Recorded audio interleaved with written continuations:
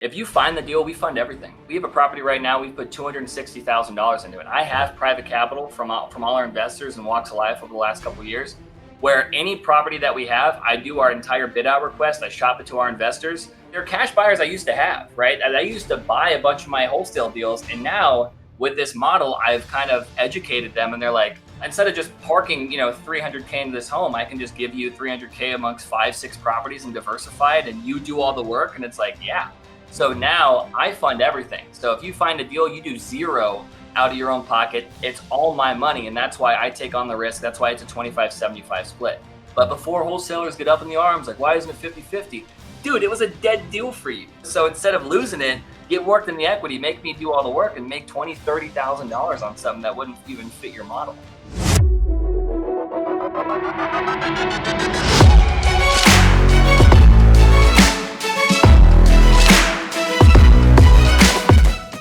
All right, you guys, welcome back to the Light It Up podcast. If you're new to this channel and you want to know everything about making money in real estate, selling, sales skills, building your business, or investing, then subscribe below, tap the bell for notifications so you can be the first to know what makes our great guests so successful. Let's talk about adding leverage. So we've been getting a lot of calls of people asking us how we've hired virtual assistants to scale and leverage our business. So we've opened up our playbook to all of you. If you're looking to add leverage in your business, whether it's administrative support, ISA, outbound callers, go to addleverage.com and they'll be there to help you staffing your team. All right, today we have with us Trever, based out of Temecula, California, SoCal. Super excited to spend some time with you today, man. Thank you very much for spending your afternoon with us. Brother, thanks for having me, man. It's a good old Friday. I like the intro. Very polished, brother. It sounds good. Super polished. Read it all right from the iPhone. There it is. There it is. Yeah, buddy. Awesome, man. Before we jump in, because I know John's really excited about this topic, let's do the lightning round. Yes. So lightning round, we're going to learn a little bit about you here. Hit it. Love it.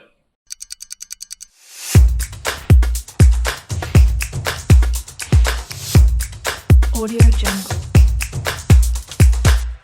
All right. So, Trever, what's something you disagree with about the way that you were raised?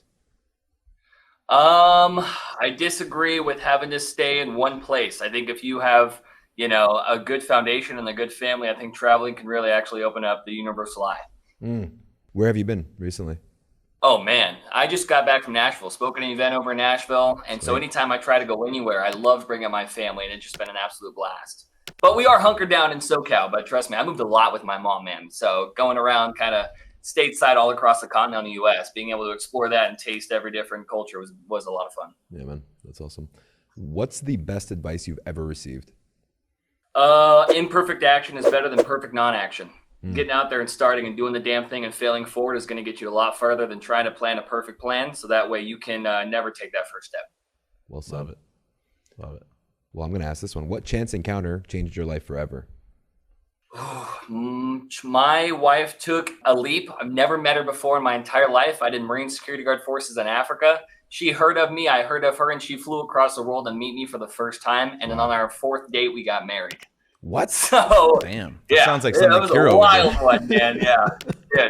Gnarly. You must have said some pretty good things on text or something. Yeah. Dude, I know. Rico Suave with the whole Facebook, man, messenger, dude. It was up there. So it was a blast. She reached out to me. She slid in my DMs, man. There you go. Good shit, man. That's pretty impressive. Good for you. Appreciate it. All right, let's jump into it then. So, Trever, you do a lot of novations, wholesales, and a lot of the people, like John was mentioning earlier, it's one thing to acquire a deal, but then it's another thing to disposition the deal, to put the deal together, structure it on the exit. What do you guys do, and that can help somebody learn a little bit more about that? Yeah, it's a great question, right? So my business, Buyer Beater, right? We're a novations-based dispositions company. So coming into that and trying to restructure dead wholesale deals, we try to merge that into the world of the on-market approach, right? So usually when you hear dispo, you hear dispo manager, they try to take that. Obviously, they're going to get their photos, they have their buy box, they have their investors, and they shop that on the off-market platform. We restructured. We have our own agent outreach coordinator, and we actually put a little bit of money into these homes. And that way, when we put it on market, we put it into more of a current condition retail value, and then we start shopping that to an on-market conventional third-party purchaser to come in there and replace us. So the on-market nuance, man, it's a lot different, but what I tend to find is you can be a lot more optimistic, and it's a lot easier to be able to ride the value of your property because you can be a lot more upfront and transparent, because these buyers that come in, they're already looking in that area. So you don't have to really hide anything, right? It's not like a very quick process. What I've really enjoyed is really getting the seller to come in there and educating them on our service. And instead of being very seller oriented, we're very service oriented and solution oriented. And they just tend to love the Novation model a lot more. We call it the white glove experience. So let's just take a step back for a second. I think, obviously people watching this understanding what a wholesale means, right? So you put a home under contract, right? And then you're selling your position or your equitable interest in that contract to someone else. Now, you said before you're coming in on dead wholesale deals, or are you coming in even like earlier? Because obviously you need to have language in the contract that's been signed off on that says you can do a novation. So talk to us about how early you get involved. Yeah, good question. Our community is based off of wholesalers, right? And it's a private community, completely free, right? This is no call to action pitch or anything. It's just Alex Hormozi, give, because we do zero marketing right now. All of our deals come from the plates of other wholesalers that didn't fit the buy box and it was dead. They revisit those leads. And to your point, they go, hey, the property could be worth $500,000 fully renovated. It needs $50K worth of work, right? They're coming into those wholesalers, and those wholesalers are focusing on the 4 Ds, right? Death, distress, divorce, and debt. They're targeting these bad boys. They find a property under contract. They go, or they find a seller and they go, hey, built good rapport with them. Hey, I'm a big fan. I can be able to buy this, yada, yada. Unfortunately, they go, hey, well, at a typical wholesale formula, they're like, hey, you know what, Brenda? We have great conversation. I got to move forward at the $280,000 mark. And that wholesaler, that seller goes, kick rocks. That's like way too low. I need at least $350,000. That's $70,000 more than what a wholesaler could provide to maybe make 15, 20 grand. So all they do in that situation is they go, you know what? That might be outside of my buy box. I do actually work with a company that focuses on creative solutions for sellers, but they do go off terms. If they can guarantee you that price of $350, would you be open to a conversation to see how they can get you there? And they go, yeah.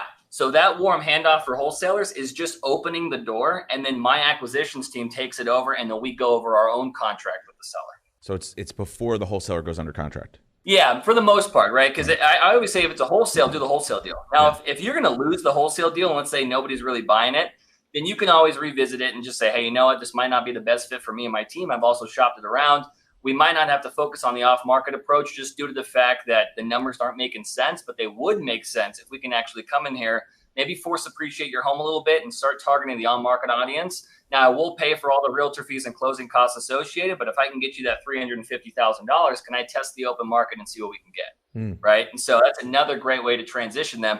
And it is different contracts, right? But novations, man, like, God, they are the way of 2024, dude. I will die on that hill. I love this model, man. No, that's awesome. Because in my mind, I'm thinking, all right, so sometimes people who are going to be selling a distressed asset, they're either not wanting to show the property, they want the convenience. And I know it's like an extreme example. What is like the ideal prospect that would agree to a novation? Well, it's a really good question. You know what? You have to be able to try to educate them on the fact that, if they're going to want a higher price, you need to be able to have a bigger timeline, right? They can't have their cake and eat it too. A lot of these wholesalers, if they want to move within 30 days, man, that's not a novation. I will never and can never promise the fact that we can try to get this thing sold in 60 days even. So if you want a higher price point, we need to be able to buy you into that with your patience, right? Now, if it comes down to it, if the seller's like, no, I need it quick, then they need to get off their high horse and they got to be able to take that cash offer, right? Because that's exactly how both of you guys can, bridge the gap to a good solution that's going to fit both parties. And people always think I crap on wholesale. I love wholesale, right? We still do wholesale, of course, right? So it's going to be able to fit the model where you have to be able to bridge the gap from a distressed seller to a solution within 30 days. Wholesale is the best remedy for you. But if you can really work the seller into more of a timeline and say, hey, look, this is the reason why we need to be able to start testing the open market, or here's the reason why. And then they are going to be able to kind of allow you to come in there and be able to collaborate more with the seller. I forgot where I heard that, but somebody in my community, I think, coined it from somebody. But you're on the opposite side of the closing table. You're coming to terms. You're able to shake hands and move on with the deal. With novations, you're on the same side of the closing table, trying to be able to merge your relationship and shake hands with another potential purchaser on the other side, right? Yeah. So if the seller can't figure out that this is a collaborative effort, then it's probably not the best seller, right? If they don't understand the service you're providing, they're always going to look at you from more of like a disgruntled perspective, and they're not going to get the white glove service of the marketing, maintenance, and management that we can provide. And instead of just trying to beat a dead horse, it's probably somebody that we should just move on from, and they'll probably end up revisiting the fact because they're not going to get the price that they want, you know? Right. So they're going to come back anyway. Right. And I think it's so important too, like a lot of those prospective sellers that are prime for Novation may want more money than they could get on a wholesale agreement. They just maybe don't have the money to invest and, you know, improve the property. Well, exactly. And that's exactly where we break it into two camps, right? Novations, the traditional novation is a net listing, right? A lot of people look at it and it really is like an arbitrage approach. It's like, okay, well, hey, you know, the seller resides in the home, you know, we're not going to come in there and I've done it a couple times where I've done live and flips and I just move them from room to room. Holy shit, I'll never do that again, dude. That was wild. Explain real quick, just for those people out there that are still a little bit unclear about what a novation is. Okay, great. Wholesale is, you know, a replacement of position of an equitable position on the property. You're taking your agreement that you've locked up, you're assigning the rights of that agreement to an end investor off market, right? Yep. A novation, just for layman's terms, is the same exact thing, except you're able to target the optimism of the open market. So you're taking your position, right? You know, your signable position, and you're marketing through an agent, you know, through the multiple listing service channels, on all the surrogate sites, Zillow, everything. And you're finding a buyer who's already conventionally approved through the VA, FHA loan or whatever. They're going to be able to come in and say, you know what, I want to buy this home. And in doing so, the difference of what you've locked that up to what you're assigning it out can be paid out as a novation or an on-market assignment fee.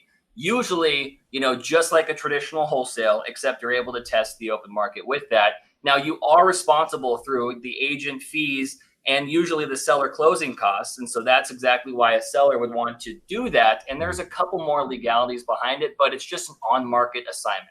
You're not targeting third-party end investors on the off-market channels. You're targeting a first-time homeowner or a family moving into that area that's already pre-approved by a lender coming in there to try to qualify for the home that you've put on market. Right. Yeah. And just to add one more thing to that, you know, on a typical wholesale, right, your buyer really has to be either a cash buyer or a hard money loan buyer, right? And a lot of times what happens is the buyers that you may sometimes attract are people who need to get a conventional loan. So this allows you, you know, to work with some of those more conventional buyers. Yeah. Absolutely. And in some cases, right, you know, we've closed on VA, FHA, all of them. The difference between that is before, you know, wholesalers get stoked, they're like, yo, I'm going to throw everything on the open market. You know, there are nuances, right? VA, FHA have checklists. You have to make sure the home is going to pass inspection in order for it to get loaned on. In doing so, make sure there's equitable room to be able to provide seller credit or renovate the issues necessary to get the right buyer in the home, you know? So if you have to put more of a position in the property on the novation than just passing off the interest of a wholesale and letting that end investor tackle everything as is. It is not an as is sale, right? There's going to be a couple more steps when it comes down to a novation. Sorry, I love that, your approach, because Compass has the Compass Concierge program where they would fund the renovations to help the sellers achieve the sale price that they wanted. So the approach that you're taking is a service versus saying, hey, let's collaborate and, you know, I'll get you this price as long as you get it. But your approach is it's so much cleaner, it sounds. How does that conversation happen with a seller when you're speaking with them? You know, very organically, right? So novations, now that we've kind of put it out there, can fall into two camps, right? We do two novations. One is we call it the equity protection, which is what we tell a seller. So if, let's say, same example, property's worth $500,000 fully renovated, right? You offered $280, it needs $50K worth of work. Wholesalers like, pound sand, gross, I need $350. You're going to revisit the topic. And if they reside in the home, that's an equity protection. You say, you know what, Bertha, you know, Brenda, whatever. I always say Brenda, I don't know why. Hey, you know what, Brenda? You know, it sounds to me like you want a little bit more than what I can do, you know, through the as-is cash offer. So why don't I, you know, actually underwrite you directly? Actually, I come at it a little bit different. I'm like, you know what? I knew that was going to be way too low. You know, that's why I already took the liberty and I got you approved for our equity protection program. You know, I knew coming into this, you should be worked into your equity a bit more. Now, in doing so, what this means is you're going to be able to reside in the home, but we're going to be able to come in there and I want to make sure I can put a little bit of value into the property. Usually I put up between $2,000 to $5,000 a mile money. Do you need to do that as a novation? No, but I don't want these things really sitting, right? So if I come in there, I'll tell her, you know, we're going to do $350,000 guaranteed to you at close of sale. You know, we're going to come in there, we're going to focus on the marketing, maintenance, and management of your home, right? That's exactly the service that we can provide through Buyer Beater. So we're going to come in, we're going to look at a scope of work that's going to get your home to a current condition retail standard that's going to be able to get loaned on by a conventional lender. We're not going to be your buyer, but what we're going to do is team up with you and get you to that destination through a third party and buyer, right? So let's look at the home, Brenda. Let's see if we have, I might paint the fascia. I might do a deep clean of the property. I might clean the landscaping up. I might move some furniture around. But when I do put it on market, through on the on-market channel, I'm going to be able to attach a top 1% realtor, and I'm going to pay for all fees associated to include your closing costs. So the only offer that we can accept is an offer that's going to have you walking away with $350,000 net in your pocket. How's that sound? Right? They're like, that sounds pretty damn cool, And so usually I don't get too much kickback unless, they go, well, I could just get my own realtor. And I go, yeah, you can. You can absolutely get your own realtor, right? But do you have $5,000 to put into your home? Do you know what's going to sell in that area? And does your realtor, have the patience to be able to have a property that's going to sit? Because if you put no money into it and you put it out there for $350,000, after all your fees, you're going to be getting closer to the price I just tried to offer, And so trying to identify that and use those rebuttals usually gets them pretty optimistic about kind of you going in there and really putting some skin in the game yourself. Yeah, no, I like that a lot. So on average, you said you're investing between $5,000 and $6,000? Yeah, on average about 5. So, and that's the equity protection side. So that's if she resides in the home. Now, what I'm really known for, like I do all of like Ryan Pineda's and the all-star communities, what we call equity splits, right? I work with Novation King a lot. He gives us the equity splits because that's what we've kind of coined. That just means the property's vacant, right? And so if it's, tenant occupied, we'll get the tenants out there, or if tenants just left, or month-to-month leases, or the property's already vacant, whatever it is. If the seller wants $350,000, we just go, you know what? Done. Now, instead of giving you that cash up front because we have to work you into that equity, we're going to get you approved for equity split program. So that just means, Brenda, we're going to come in there. Why don't we just renovate this whole thing? We're going to make this thing 2023 turnkey, right? And any appreciation we create through the renovation, we put it on market with my team. We're going to have fully licensed contractors come in there, do all the work behind it. I'm responsible for all those costs. And when I market it, I'm going to pay for all your realtor fees and closing costs. And whatever's left over is going to be profit in my pocket. I'll assume that risk. And at close of sale, you get that $350,000. So now instead of, them wanting $350,000 and me putting $5,000 into it and putting it out there for $410,000 and making $20,000, $30,000, which is still great if they reside in it, I'm going to renovate it with $50,000. I'm all in for $400,000, $350,000 to them, $400,000, that $50,000 of renovation. Yeah. I put it out there for $500,000. It sells in a couple of weeks. After realtor fees and closing costs, my $50,000 I put into it made $60,000 net, right? So I'd much rather get a better cash on cash return that way and do seller finance flips. And we do those nationwide. We do a lot of those. And that's been an absolute blast to come into. That's awesome, man. That's awesome. What's the average Novation fee that you're collecting now? Equity splits is about $72,000. So our average fee is $72,000, and we work the wholesalers into that fee. So we're usually putting about $60,000 to make about $72,000. Now equity protection's at $31,000. So our average equity protection deal is $31,000, still phenomenal, right? Now the thing is though, equity protections, we don't guarantee a sale, right? We just guarantee to accept offers. So I've had 3 that fell out this year that didn't close, and I lost, about 3 to 5 on each one of those. But I make it up through my equity splits because I'm able to guarantee that sale through equity splits. I have a position on that. I lean against it, and I make sure I'm able to sell that. So 72 on the equity split side and about 31 on the equity protection. And then for the equity protections, because we don't do zero marketing, right? So we get them from the community. They're just giving us dead deals going, dude, it doesn't work for me. Can you novate it? I'm like, yeah.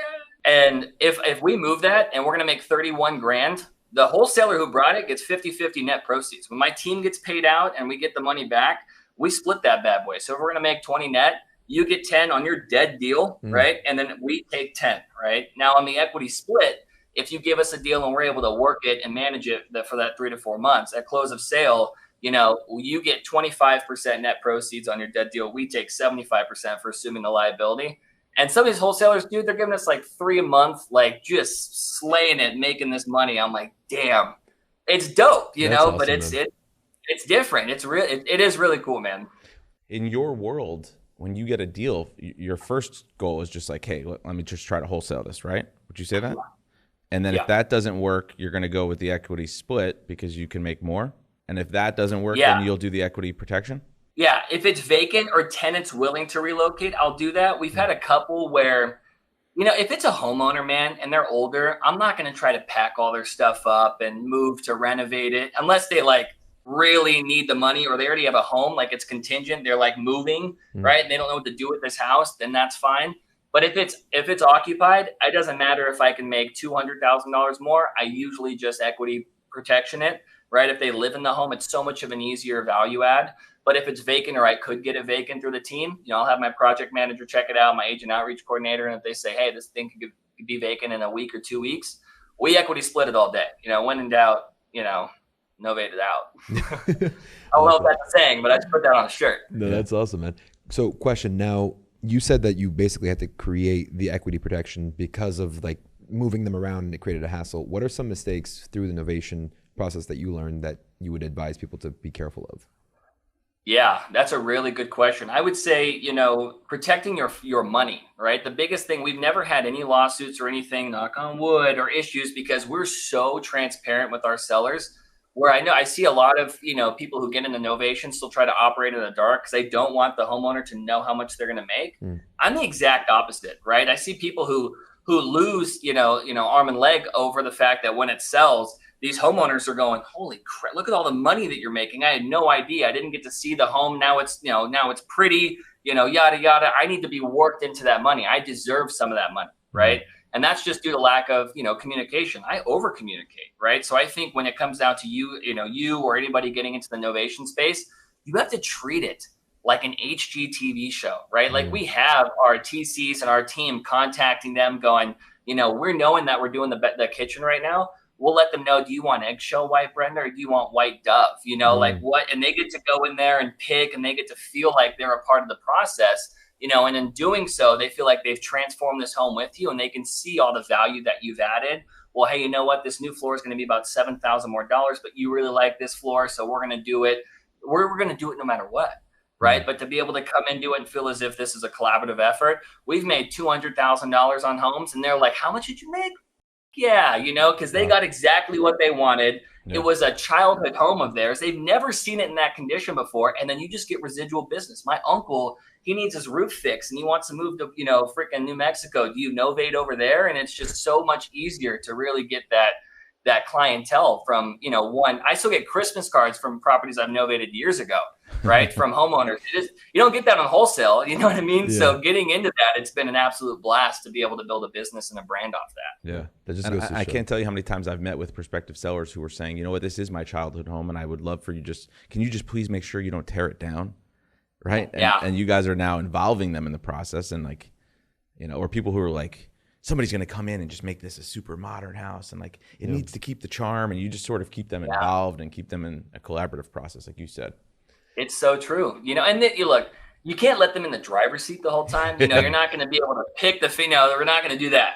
But to kind of open the eyes and say, hey, well, this is the reason why we're doing this. We're opening the area so when they come into it, there's no surprises. Yeah. They're over the moon. So I think coming into it, over communicate, and then because we're nationwide, man, I do not recommend. We got a team of 8 right now, right? And we do this, we've been slowly but surely moving into certain markets, and now we're, across the country. But I would say, don't novate a house. If you're a wholesaler and you live in Cali, but you're doing a lot of wholesales in Texas, and you don't know a good contractor, you don't have the establishment to be able to do, and you should absolutely not do it, right? You're going to get straight up taken advantage of.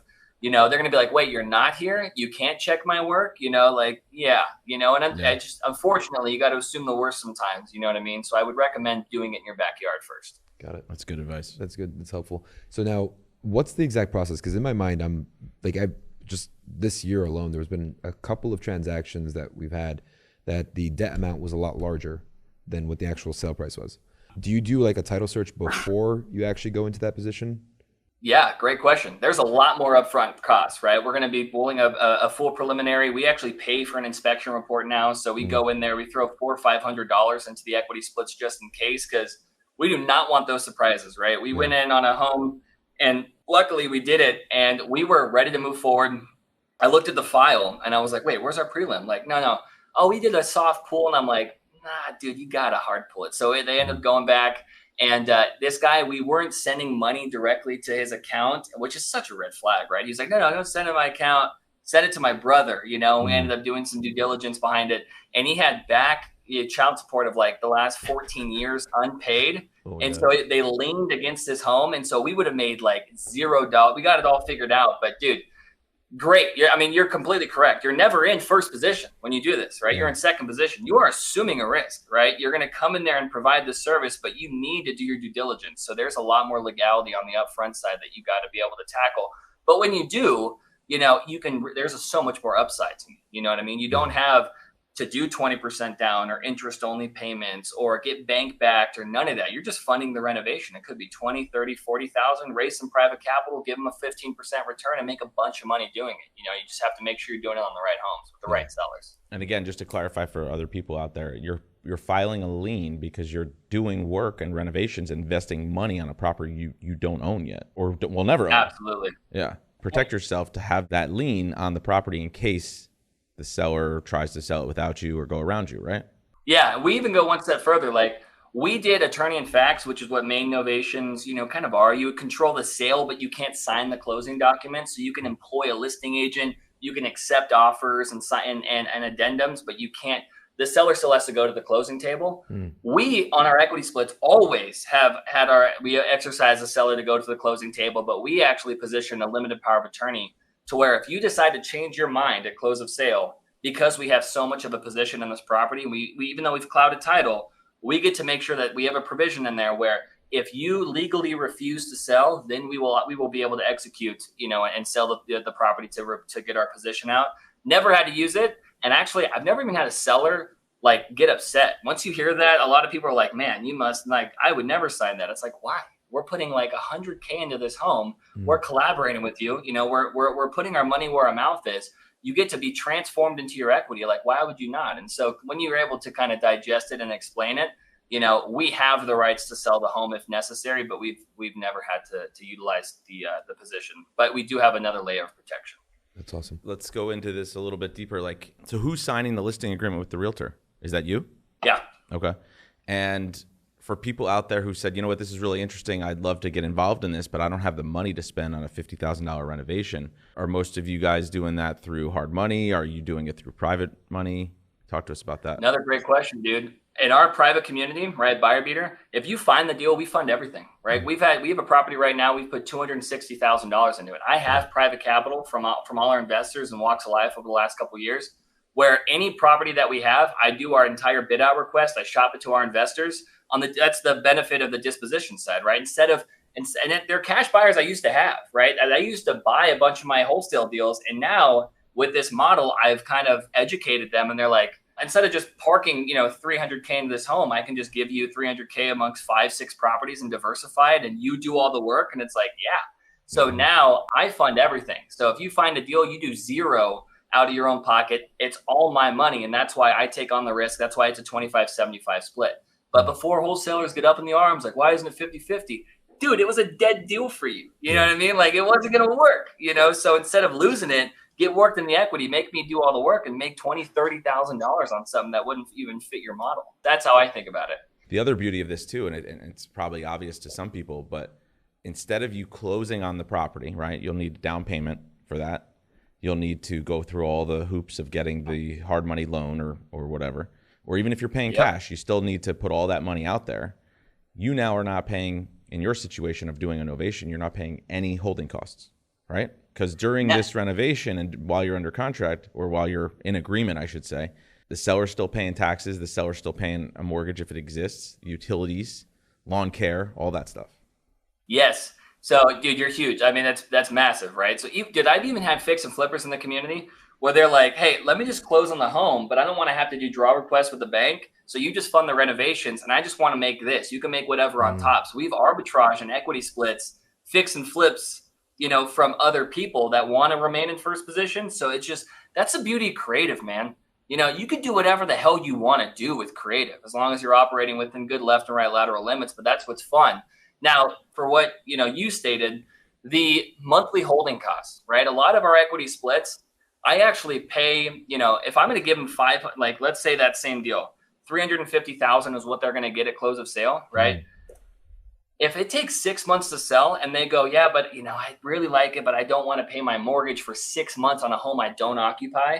I totally get that, right? So I just go, what's your mortgage? And if they say $2,400, I say, I'll pay you $2,600 a month. I'm going to pay you to occupy your home, to renovate it. And the reason why I do that is for two things. One, it's a whole hell of a lot cheaper than interest-only payments to a bank, bro, right? Yeah. It amortizes your notes, so it's able to be able to reduce, your PITI. And two, it's applicable to the purchase price. So in 6 months, instead of getting $350, you're going to get $350 minus every installment I've made on your mortgage. That way I get to see that money right back. I don't lose any money on these novations. So none of it goes to a bank. All of it's going to go feed right back to either the seller or to myself. So in that example you just gave, they not only get their initial $350 that you agreed upon, but they're also going to get another, $8,000 to $10,000. And they get cash flow. I don't care. Kick your feet up, man. It's way easier for everybody because I can start renovations that day. If it's vacant and you're down, and I could just occupy your home, let's do it. I don't need any other green light from city inspector, nothing. I can just come in there and start knocking down some walls and getting this thing, force appreciated and put on market. Yeah. So that's a great way to be able to start moving quickly and cut timelines by months. Yeah. It's a lot of the questions I've had about, or like the red flags I felt with Novations. You cleared it up with just being transparent and making it more of a collaborative effort. Yes. Yeah. I love it. No, because that's my goal, man. It is powerful when you think about it as a concierge service where you are like saying, okay, great, we're going to do this. And it's a partnership, we're investing in it, versus saying, all right, well, we're going to list the property. And then, you don't put any money into it. Then the person feels like they got scammed or they got 100%. Yeah. Right. I get that all the time, man. It's all about how you present it though, too, because I think if you were to present the same scenario in sort of a not such a straightforward approach, people are like, wait a second, who is this guy, Trever? Like, he keeps calling me. He wants to renovate our house. He doesn't even own it yet.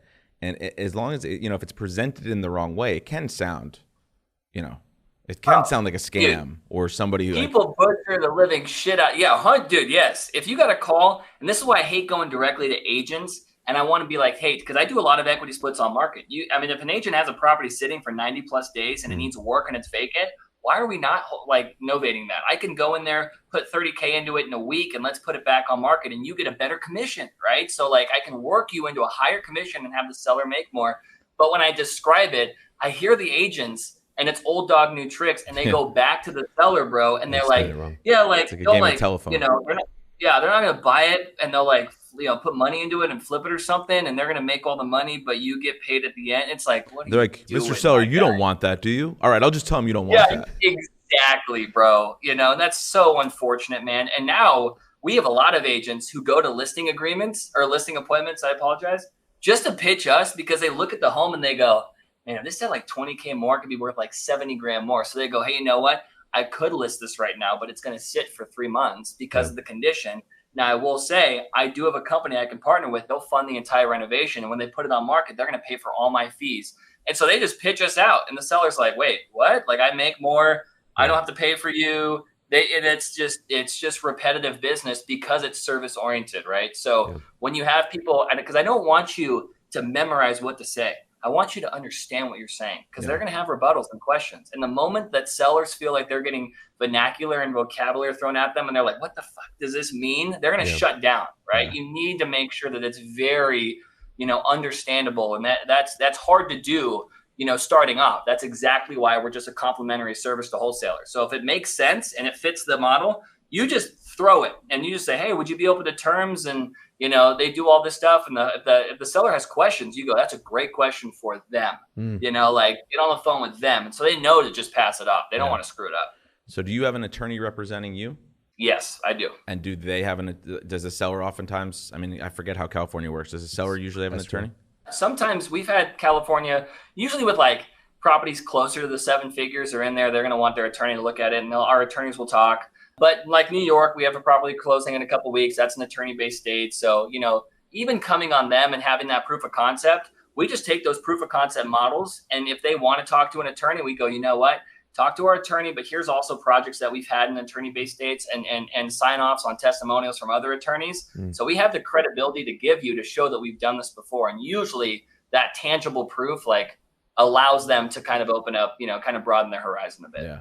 Just because I can picture some people saying, hey, this, I'm starting to understand what you're saying. This sounds good. I could probably get more money or I could get the number I want. But, would you talk to my attorney? And, obviously 100%. If what you're doing is straightforward and it is, then why not have the attorneys connect? Yeah. Yeah, I'm a big fan of that. One of the beauties is that you basically created a machine that the business comes to you. You're not hunting it out. So that's like a great first step, right? Because you're offering a service that's needed. What are some tips and tricks that someone can use from what you've learned that would help them be able to convert more when they're speaking with these people, other than transparency? I would say people, when they start learning about Novations, they throw wholesale out the window. And I'm like, you need wholesale.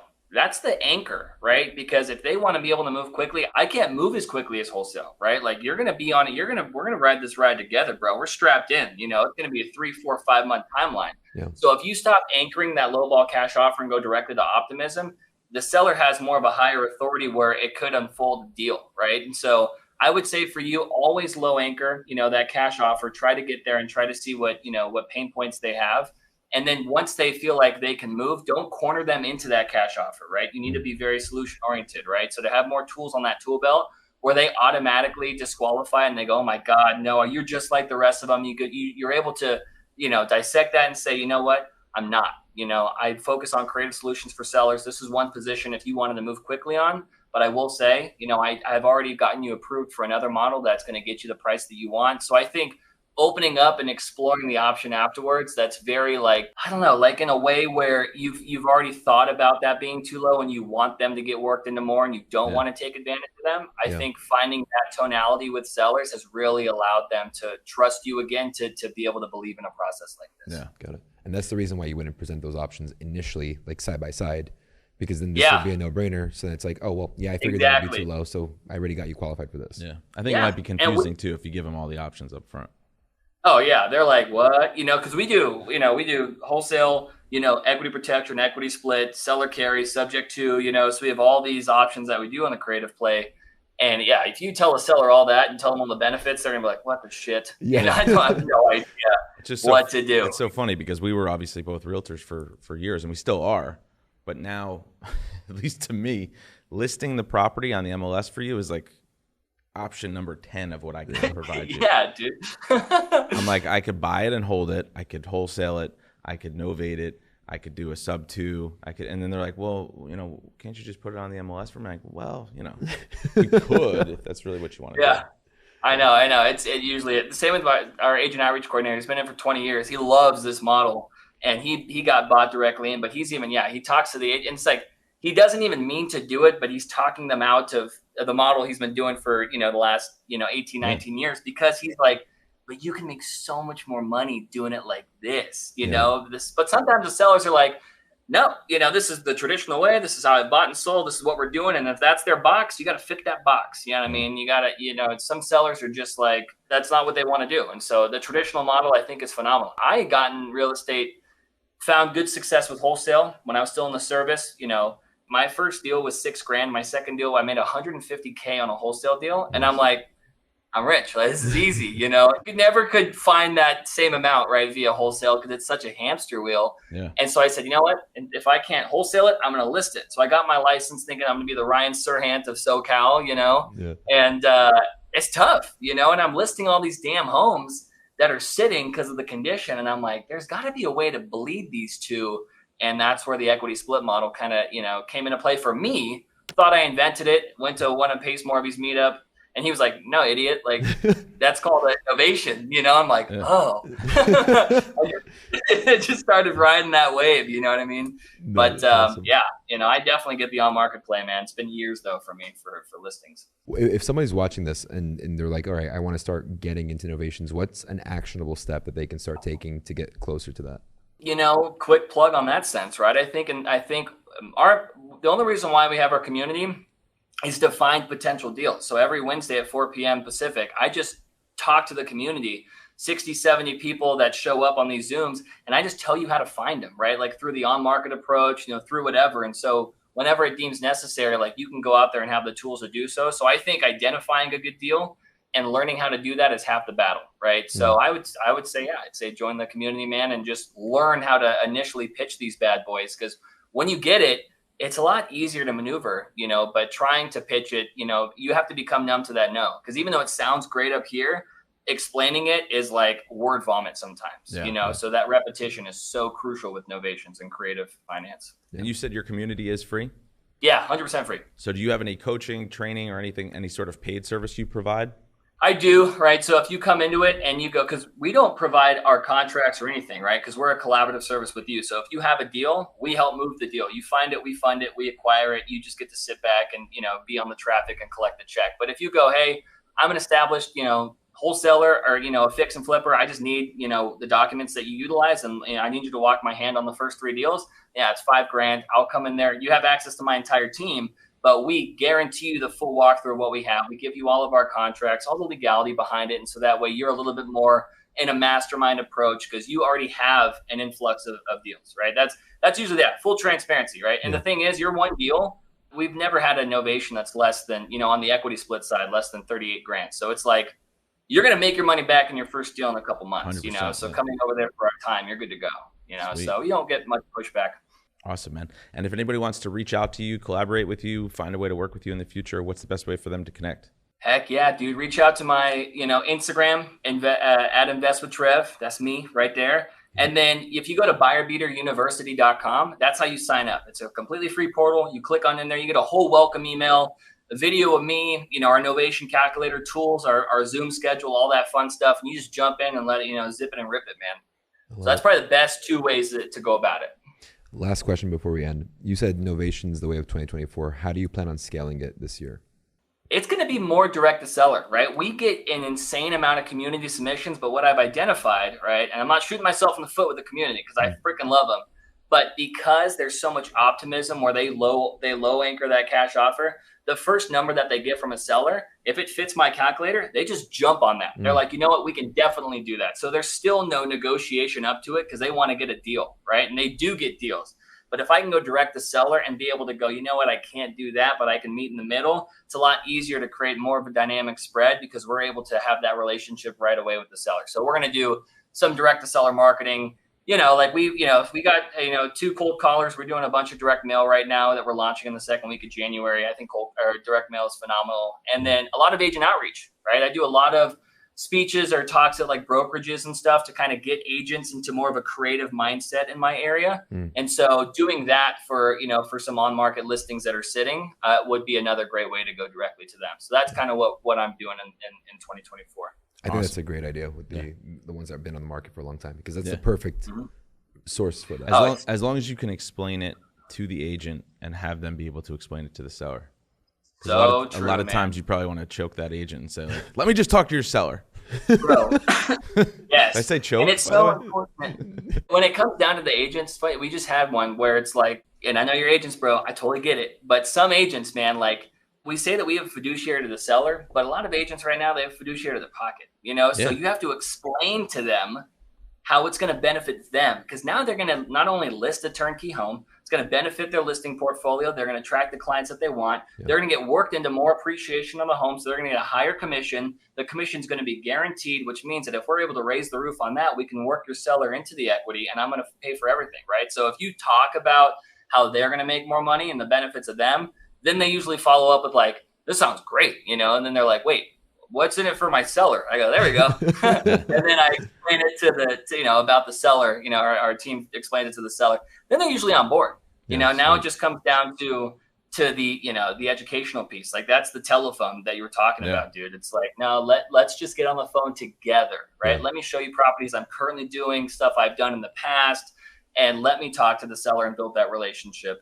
And we've actually fired agents too, like who started with the listing. We'll pay your commission and then get a new agent just because, there's some nuances, man. Like you are going to help property manage it. You're going to be able to take some, especially, in a different state. I need you to go to the property still. It's going to take a couple months, but you're going to make a lot more money. I need photos. I need these things. And so, I am asking some, from the agents. And so it really is more of a collaborative effort. You know what I mean? So getting agents who are open-minded to that, you could have a great agent, but if they're just like, nope, not worth my time, yada, yada, it's like, I'm not going to force that. You know what I mean?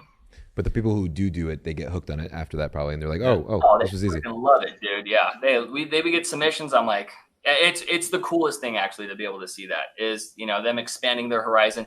Even people who have been in the industry for 30 years. They're just like, wow, I want to do this more, and so they have a wide array of network and the deals that come to them, even if it's not theirs anymore, but they're in the community, if they're not listing it and their friend is, they still get 25% because they referred the deal, So it's a great way for everybody to be able to make some money, man. I like Awesome. that. Well, thank you so much, man, for spending some time with us. We know the holidays are coming up, and everybody's time is valuable, and we seem to be the only ones working. But thanks, man. I know. We appreciate start your business to work more. Yeah, exactly. Of course, you guys. I appreciate you guys. Absolutely. Anytime. I'd love to be able to get you guys jumping on my podcast soon. Hell yeah, man. Absolutely.